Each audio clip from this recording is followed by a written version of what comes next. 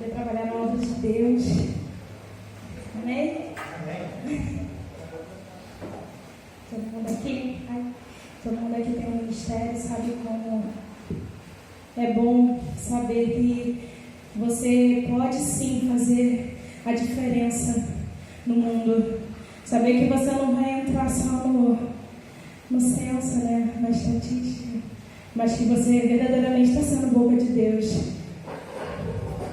E o que me inspirou, né, claro, além do Espírito Santo, como o Espírito Santo me inspirou, melhor dizendo, foi através de uma palavra que a nossa querida diaconisa Rosane pregou, e ela estava falando sobre Salomão, que Salomão teve a oportunidade de pedir uma coisa para Deus. E todos nós sabemos o que ele pediu, e ela fez a seguinte pergunta: e você? Se Deus te perguntasse o que você quer, o que você pediria? Isso me fez pensar muito, e eu cheguei à seguinte conclusão, que eu acho que a melhor coisa que a gente pode pedir é intimidade. Porque o nosso maior desejo, com certeza, é morar no céu. Mas aqui na terra a gente tem várias vontades, cada um, de acordo com a sua própria vida, tem várias vontades. Mas se Deus aparecesse pra gente e perguntasse: o que você quer? Eu acredito que a gente deveria pedir intimidade. Porque através da intimidade com Deus vamos ter tudo. Tendo intimidade com Deus, passamos a conhecê-lo mais, compreendemos suas vontades, conhecemos mais a sua santidade e a sua soberania. E com isso ficamos ainda com mais anseio de se tornar parecidos com Ele. Se nós temos um amigo que é muito inteligente, nós prestamos atenção nele e buscamos absorver o máximo de conhecimento possível. Às vezes até buscamos ler mais para poder articular melhor e também ter o que conversar. Se ele se veste muito bem, buscamos nos vestir bem também, porque nos sentimos constrangidos em sair do lado de alguém muito bem arrumado enquanto estamos de qualquer jeito. Procuramos mudar, às vezes até inconscientemente, simplesmente pelo fato de que nos sentimos inspirados por alguém. Não é verdade? Ou é só comigo que isso acontece?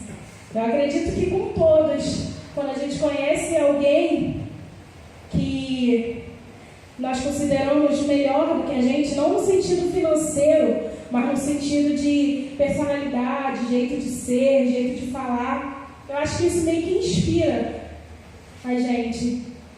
Agora a questão é se um ser humano que é falho pode nos inspirar ao ponto de fazer com que a gente queira mudar. Por que será que muitas vezes não queremos mudar por Deus? Eu separei 3 tópicos que eu acho que são importantes para se gerar intimidade com alguém e também com Deus. E o primeiro tópico seria conversar, ter um diálogo, né? Não um monólogo, ter um diálogo. É muito bom ser ouvido, mas temos que aprender a ouvir também. Buscar aprender como a pessoa é crucial para que se tenha mais intimidade, pois conhecendo melhor nossos amigos, podemos saber o que os irrita para não mais fazer e o que os agrada. Dessa forma, teremos um relacionamento saudável. Uma vida de oração deve ser algo comum, como falar com o melhor amigo. Não é preciso usar palavras rebuscadas ou mudar a voz para falar com Deus. Ele já te conhece. Ele sabe o que você pensa e sente. Só que Ele não quer ser só o seu Deus. Ele quer ser seu melhor amigo. Aquele no qual você confia e conta cada detalhe do seu dia. Converse sobre tudo com Ele. Por que não falar com Ele até mesmo sobre o que comer, né? não há nada na sua vida que Deus não queira participar. Não tem nada, nada mesmo. Deus tem me mostrado dia após dia isso. E eu pensei isso, por que não falar com ele até sobre comer? Não que a gente vai pegar e vai dar um passo, Senhor, eu preciso pisar aqui ou aqui. Mas se algo é importante para você, eu acredito que, por exemplo, esse exemplo que eu usei, comer, é importante. Não só no sentido de alimentar, mas no sentido de você querer comer bem. Se algo é importante para você, por que não falar com ele? Por que não você conversar com esse Deus que quer ser seu melhor amigo? E Deus pode falar conosco de várias formas. O jeito mais comum de conhecer mais a Deus, ouvi-lo e saber o que agrada é através da palavra. Não devemos encarar a leitura diária da Bíblia como uma obrigação, porque acaba se tornando algo pesaroso. Ela nos mostra o amor de Deus, a sua justiça, a santidade, sua misericórdia. Seu amor, que mais tem na Bíblia é o amor de Deus e muitos outros atributos de Deus. Eu creio que quando olharmos para a Bíblia como verdadeiramente ela deve ser vista, vamos nos sentir verdadeiramente amados. Isso porque no decorrer dela toda só há expressões do grandioso amor de Deus por nós, do único Filho que Ele deu por amor a nós e do desejo que é nos ter vivendo com Ele na eternidade. A Bíblia toda, desde o princípio, desde da época de Adão e Eva, mostra o interesse de Deus em ter um relacionamento conosco.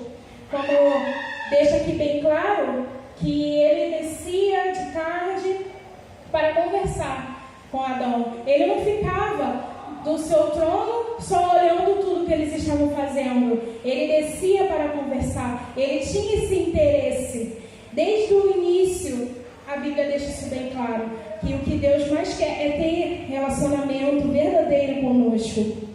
Um outro tópico é a presença, estar presente. Não adianta só você conversar com alguém se não tira momentos para estarem juntos, Porque hoje em dia a gente pode falar pelo WhatsApp, pode até falar por vídeo, mas se você não estiver junto com a pessoa, não adianta. Assim não tem como ter verdadeira intimidade. Participar de cada momento, seja grande ou pequeno, porque por mais que a pessoa pode te contar aquelas coisas grandiosas, tem coisas pequenininhas que na convivência do dia a dia você participa, que quando não há mais aquela convivência você deixa de participar. Eu sei disso, por exemplo, no meu trabalho, amigas que eram muito grudadas comigo e que num dado momento da vida delas em que foram demitidas, agora tem a mesma amizade, mas não tem a mesma intimidade. Eu acredito que a amizade não muda, mas a intimidade acaba mudando, porque você não tem mais aquele contato diário com a pessoa. E é crucial para que se cresça a amizade sincera e verdadeira. Isso, esse contato diário.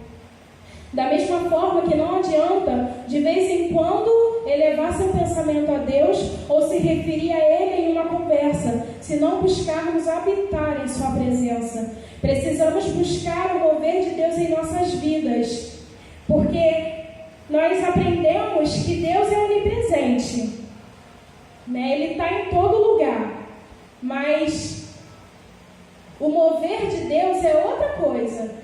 Uma coisa é Ele estar aqui, Ele estar ali, Ele estar lá. Outra coisa é o mover de Deus na sua vida. E isso só acontece quando você busca Ele de todo o coração. Um último tópico que eu separei foi sacrifícios. Deixar de fazer algo de benefício próprio para poder estar com aquela pessoa vai mostrar ainda mais o quanto ela é importante para ti. Mas eis uma pergunta. Se você ama essa pessoa, estar com ela não seria um benefício próprio? Eu acredito que sim. Uma das formas que podemos mostrar para Deus o quanto Ele é importante para nós é o jejum. Porque ao sacrificar a nossa carne, deixando de fazer algo que para você é muito importante, você estará dizendo para Deus que Ele é mais importante do que qualquer coisa em sua vida. Estará dizendo: Senhor, eu amo fazer isso. Seja comida, seja internet, seja série, seja dormir. Você vai falar: Senhor, eu amo fazer isso. Mas, Senhor, eu amo ainda mais estar na sua presença. É isso que é o jejum. É o sacrifício de você falar: Deus, eu estou aqui te entregando isso, que eu gostaria muito de estar fazendo nesse momento, mas eu prefiro estar na tua presença do que estar fazendo isso. Aleluia. Porém, devemos tomar cuidado com que tipo de sacrifício estamos oferecendo a Deus, porque Ele não aceita nada que é feito de qualquer jeito. Tudo que você for fazer para Deus, faça de coração, se entregue, faça por amor. Ele reconhece o desejo do seu coração, independente do que está fazendo externamente. Em Malaquias 1:8 diz assim: na hora de trazerem animais cegos para sacrificar, vocês não veem mal algum. Na hora de trazerem animais aleijados e doentes como oferta, também não veem mal algum. Tente oferecê-los de presente ao governador. Será que ele se agradará de vocês? Será que os atenderá? Pergunta o Senhor dos Exércitos. Essa palavra é forte. Nossa carne é cheia de defeitos e erros, que nem esses animais eram. Deus sabe a intenção do nosso coração. Ele sabe se você está fazendo algo, por exemplo, para se engrandecer ou porque tem que fazer, ver um hábito. Tudo que formos fazer tem que ser feito com fervor. Deus conhece. Deus sabe se você está varrendo o chão da igreja, se você está fazendo uma oração, se você está cantando um louvor. Ele sabe se você está fazendo cada coisinha, cada detalhezinho, se é por amor a Ele, se é por amor à obra, se é com fervor no coração, ou se é porque você tem que fazer. Eu estou na escala hoje, eu tenho que fazer. Não é assim que Ele quer. Ele quer que você faça porque você o ama. Ele quer que você faça porque o seu coração está quebrantado. Como ele diz em Salmo 51:17, os sacrifícios que agradam a Deus são um espírito quebrantado, um coração quebrantado e contrito. Ó Deus, não desprezará. Se o nosso coração estiver verdadeiramente arrependido e disposto a se entregar a Deus, Ele pode sim nos purificar de todo o pecado e nos recompensar com a coroa da vida. Querido, basta você ter um coração quebrantado, um coração que você possa apresentar a Deus e falar assim: Senhor, eu não tenho nada, eu não sou nada, mas eu te amo e eu te agradeço por tudo que você fez por mim. E eu estou aqui, Senhor. Eis-me aqui e faça a sua vontade na minha vida. Aleluia. Dito tudo isso sobre como buscar mais intimidade com Deus, eu quero falar sobre aquele que habita em nós, aquele que temos contato direto e que é nosso intermediador, aquele ao qual não deve ser diminuído ou esquecido, pois tem papel fundamental na obra de Deus em nossas vidas. Se os irmãos quiserem abrir, Romanos 8:26.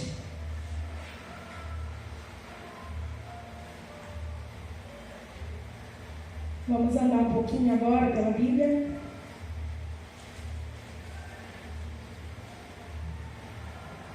Romanos 8:26, amém? Diz assim: da mesma forma, o Espírito que nos ajuda em nossas fraquezas, pois não sabemos como orar, mas o próprio Espírito intercede por nós com gemidos inexprimíveis. E aquele que sonda os corações conhece a intenção do Espírito, porque o Espírito intercede pelos santos de acordo com a vontade de Deus.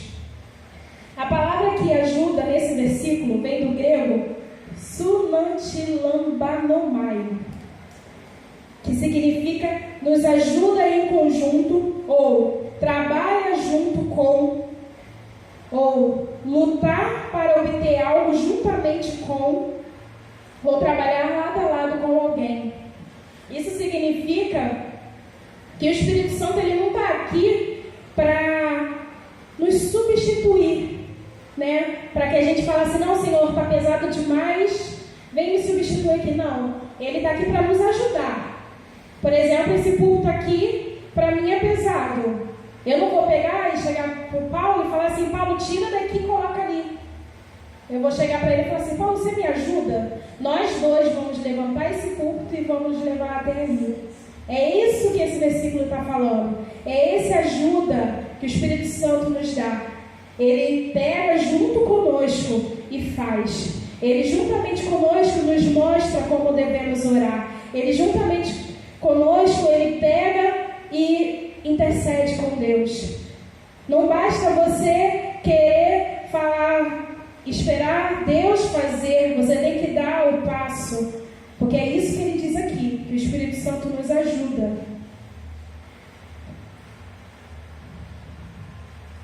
Em Romanos, no mesmo capítulo 8, só com os versículos antes, no versículo 14, ele diz assim: porque todos os que são guiados pelo Espírito de Deus são filhos de Deus.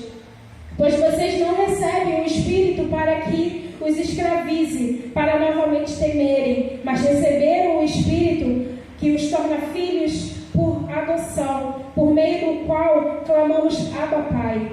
O próprio Espírito testemunha ao nosso Espírito que somos filhos de Deus.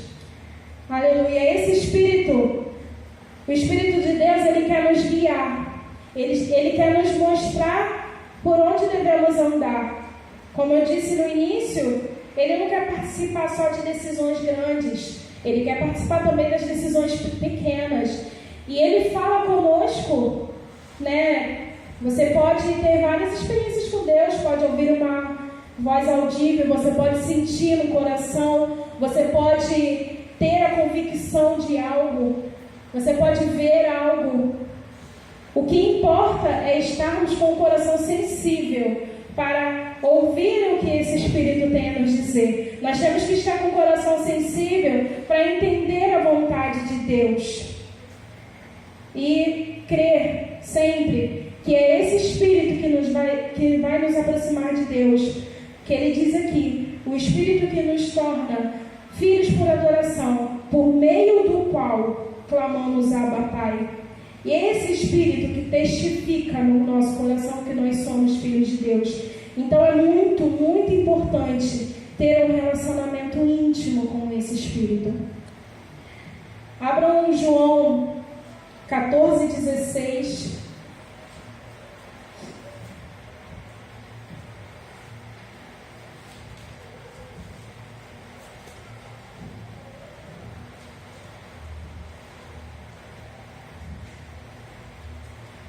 Amém?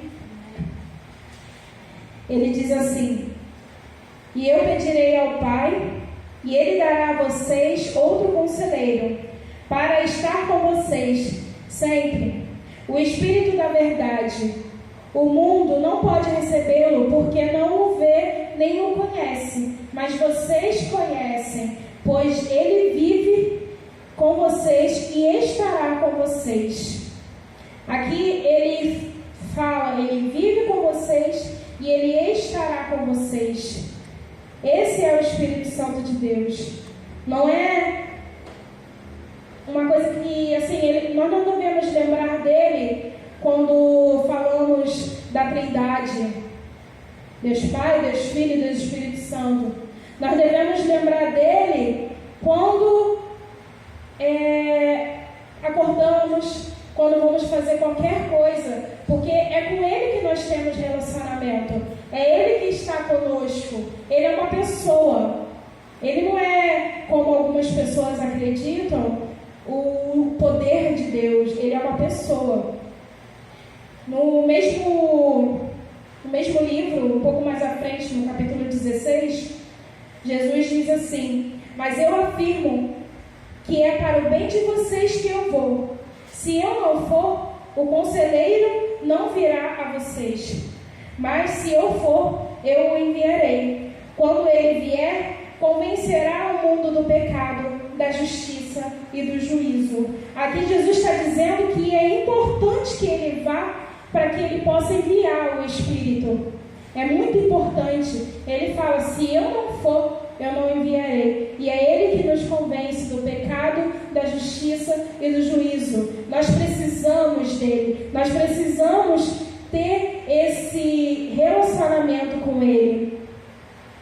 Mas ele não é o nosso conselheiro como se fosse um psicólogo, que você só consulta quando está mal. Ele tem sentimento, ele nos ama e quer ter um relacionamento conosco.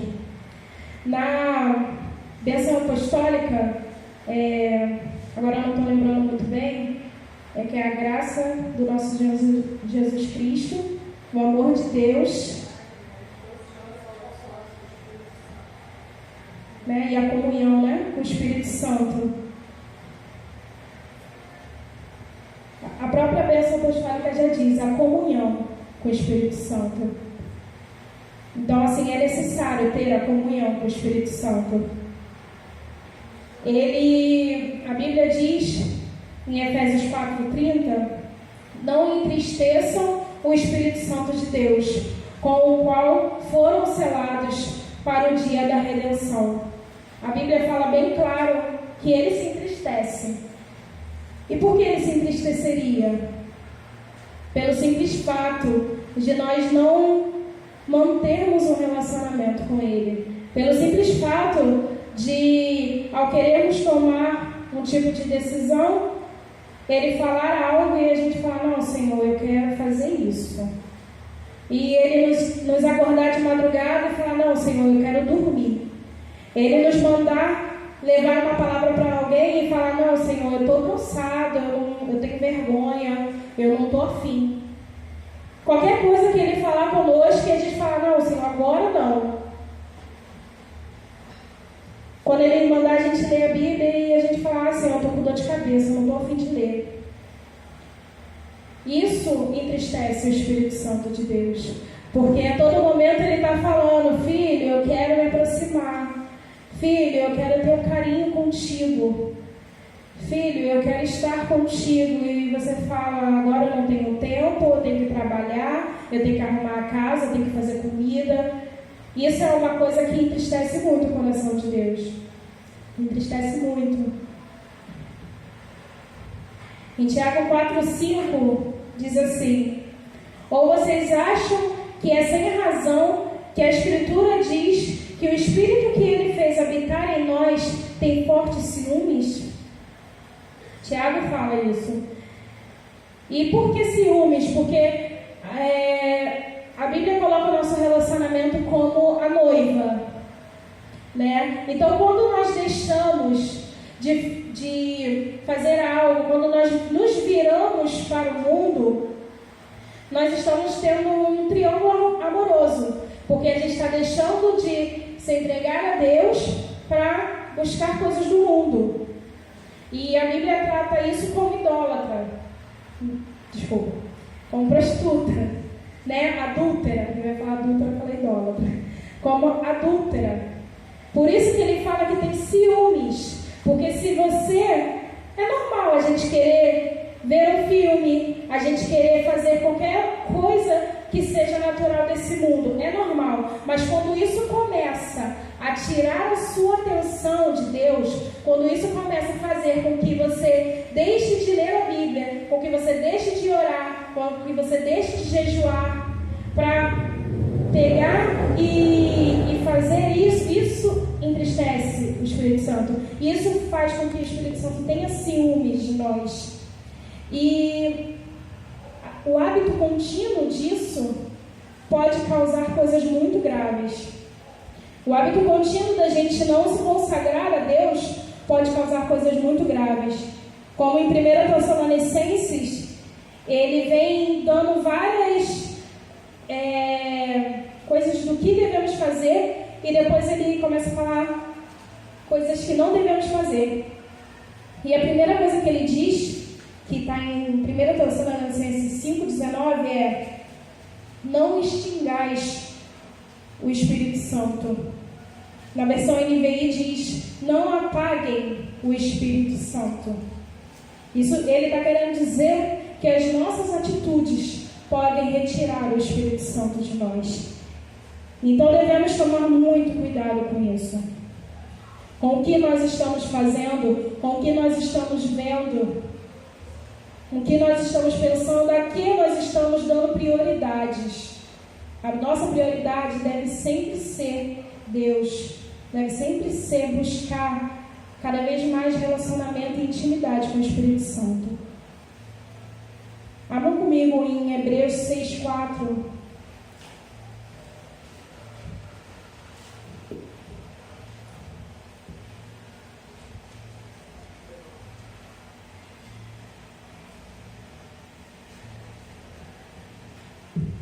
Amém?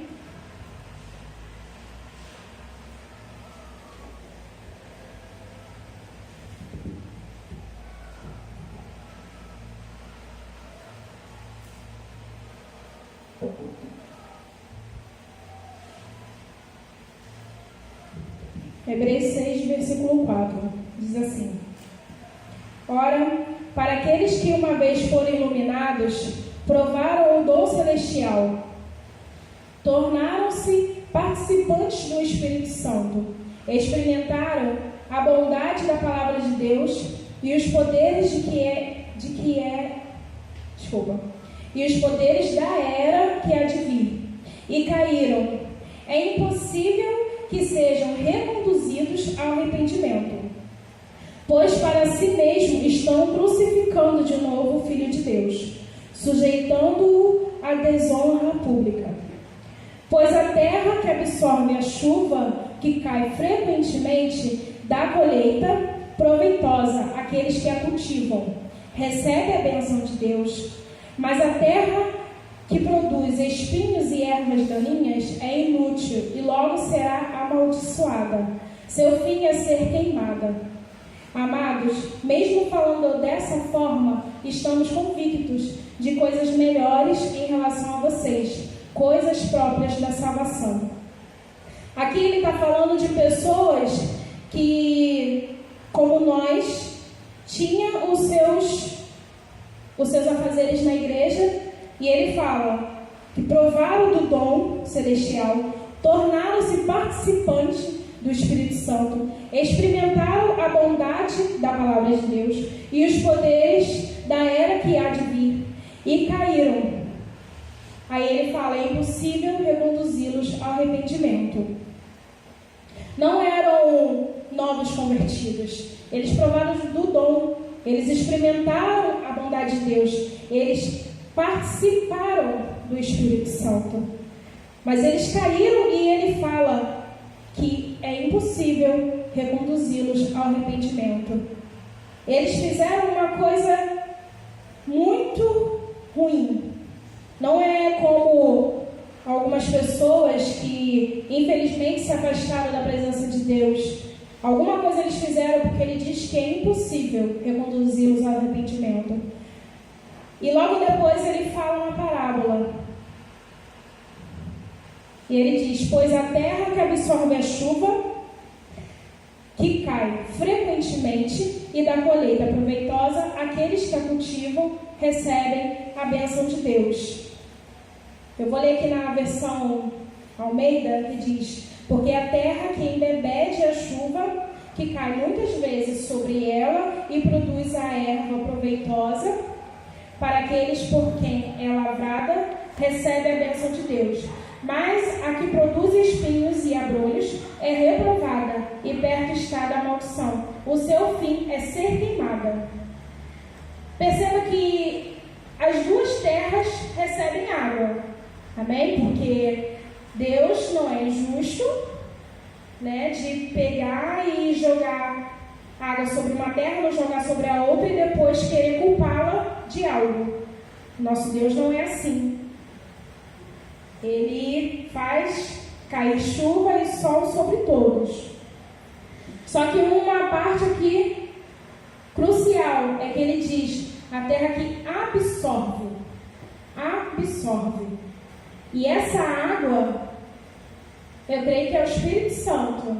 Então assim, Deus faz chover a água, que é o Espírito Santo, sobre a terra. Uma absorve e a outra não. A que não absorve, o destino dela é ser queimada. Terra não queima. Aqui ele está se referindo a segunda morte. Então, o que ele fala aqui? Que devemos absorver.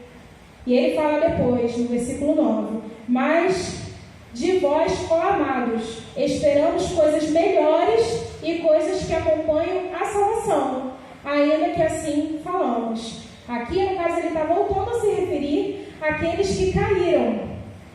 E aqueles que caíram, provaram do dom do Espírito Santo, participaram do Espírito Santo e experimentaram a bondade de Deus, a palavra de Deus. Então, se eles provaram do dom, participaram do Espírito Santo e experimentaram a palavra de Deus, eles tiveram uma vida ministerial, correto? Mas uma coisa faltou neles.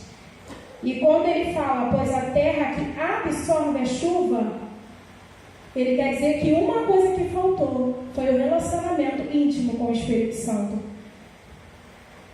E ele fala, de vocês, ó amados, esperamos coisas melhores. Melhor do que provar do dom, melhor do que experimentar a palavra e melhor do que participar do Espírito Santo é ter relacionamento com Ele, ter intimidade com Ele. Jesus diz, agora eu te chamei de servo, agora eu te chamo de amigo. Jesus disse isso. Ele quer ser nosso amigo. Ele não quer que você simplesmente seja um religioso em que você prove dos dons celestiais, se torne participante do Espírito Santo e experimente a vontade de Deus, a palavra de Deus. Ele quer que você tenha intimidade com Ele. Ele quer que você o busque no seu secreto. Ele quer que você fale com Ele sobre as mínimas coisas da sua vida. Ele quer que você busque Ele de todo o coração, com todas as suas forças e com toda a sua alma. Aleluia, Deus.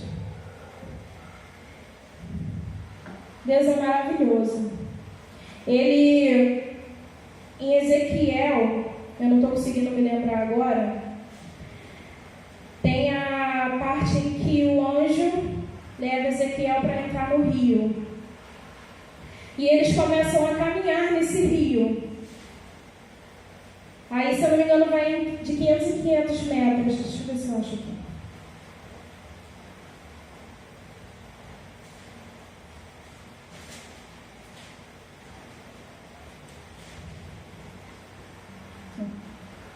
Ezequiel 47, versículo 3.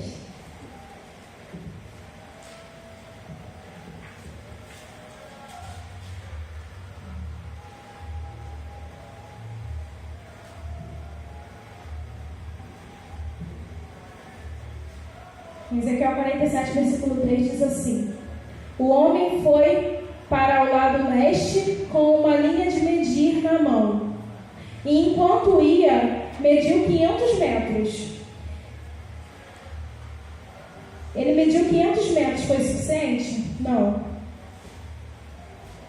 E levou-me pela água que batia no tornozelo. Ele mediu mais 500 metros. Ainda foi suficiente? Não. E levou-me pela água que chegava no joelho. Ele mediu mais 500 metros. Ainda não foi suficiente. A água batia na cintura. Ele mediu mais 500 metros. Mas agora era um rio que não conseguia atravessar, porque a água havia aumentado e era tão profunda que só se podia atravessar a nado. Era um rio que não se podia atravessar andando. Ele foi andando, até que a água chegou no joelho. Mas ali ainda não era suficiente. Por quê? Porque ele ainda estava com o pé no chão. Ele ainda tinha domínio sobre o que ele estava fazendo. Ele ainda tinha domínio, porque ele sentia. Eu, particularmente, não sei nadar. Então, para mim, estar numa água em que eu não consigo botar o pé no chão é desesperador. Eu tive uma experiência muito ruim em que eu quase morri afogada. Em Copacabana, nunca mais entro naquele mar. Tive uma experiência muito ruim ali. E a alegria maior que eu tive nesse dia foi quando finalmente eu consegui sentir areia no meu pé. Porque ali eu senti que eu tinha controle. Mas aqui é o contrário. Quando se trata do Espírito Santo, o importante é que você não tenha controle. Quando se trata do Espírito Santo, o importante é que Ele tenha controle sobre a sua vida. Como ele diz aqui, e não conseguia atravessar, porque havia aumentado e era tão profunda. Querido, aleluia. Devemos buscar intimidade profunda. Você não pode se contentar com 500 metros, com 1.000 metros, com 1.500 metros. Você tem que somente parar. Ou, a palavra correta não seria parar, mas você tem que buscar e buscar e buscar cada vez mais essa profunda intimidade com o Espírito Santo. Você tem que se afundar nessas águas. E perceba que aqui, o rio não veio até ele. O rio, ele não estava parado e o rio veio e tomou ele. Ele entrou no rio. E ele caminhou. E ele foi andando. E ele foi andando. 500 metros é muita coisa. Não é fácil, principalmente andar no mar. E ele andou 1.500 metros, na verdade 2.000 metros, para poder chegar na parte mais profunda do rio. Não é fácil, mas é uma busca diária, é um passo de cada vez. E ele tinha ajuda, e você tem ajuda. Você tem a ajuda do Espírito Santo. Ele é o nosso ajudador. Ele é que pega o peso conosco e nos ajuda a caminhar, a buscar. Então procure essa ajuda. Busque do Espírito de Deus. Busque mais desse amor. Busque mais intimidade. Porque Ele te oferece. Ele está chovendo. Ele está chovendo sobre a terra. Ele está chovendo. Nós temos que absorver. Nós temos que absorver essa água. Nós temos que entrar nesse rio. Nós temos que ter ousadia de buscar. Nós temos que amar a esse Deus e falar: Senhor, eu quero mais de Ti. Não se contente. Ore, jejua, leia a palavra. Eu sei que é difícil. É muito difícil. Essa palavra também é para mim. É muito difícil você abdicar do seu sono para acordar de madrugada. É muito difícil você abdicar do alimento para jejuar. É muito difícil você abdicar de um tempinho de descanso para ler a palavra. Você abdicar do seu tempo para orar. É muito difícil. Hoje em dia os tempos estão curtinhos. Nós não temos tempo para nada. Às vezes passa um dia, a gente esquece até de fazer coisas que faziam parte do nosso cotidiano. Pessoas aqui que são casadas sabem como que também está difícil dar atenção até mesmo para o seu esposo, para a sua esposa. Está difícil, o tempo está muito difícil, mas nós não podemos permitir que esse tempo curtinho seja uma desculpa para a gente deixar de buscar mais intimidade com Deus. Porque quando Ele voltar, e Ele vai voltar para a glória de Deus, quando Ele voltar, a gente não vai poder falar: ah, Senhor, não tive tempo. Não vai. A gente vai ter que mostrar para Ele tudo que a gente fez. E Ele vai poder, eu creio, que Ele vai olhar para nós e vai ver em nós que nós tivemos uma vida de relacionamento com o Espírito Santo, uma vida de intimidade, uma vida de busca diária, uma vida em qual não deixamos que qualquer coisa, seja prazerosa ou seja um problema, qualquer coisa que nos tire a atenção, seja de consolo ou seja uma coisa que nos irrite, nada pode nos tirar a atenção do que realmente importa, que é ter um relacionamento íntimo com o Espírito Santo. Aleluia. E o último versículo que eu quero falar é nesse mesmo texto, versículo 9 diz: por onde passar o rio, haverá todo tipo de animais e de peixes, porque essa água flui para lá e saneia a água salgada, de modo que onde o rio flui, tudo viverá. Aqui no caso esse rio estava indo para o Mar Morto. E o Mar Morto, o próprio nome já diz. E ele diz que haverá vida. Por onde esse rio fluir, tudo viverá. Se você entrar nesse rio, se você se aprofundar nesse rio, você terá vida. Você terá vida verdadeira. Então, busque se aprofundar nesse rio. Busque viver nesse rio. Nade nesse rio. Aleluia, Senhor. Eu queria cantar um louvor. Pedir ajuda do Paulo.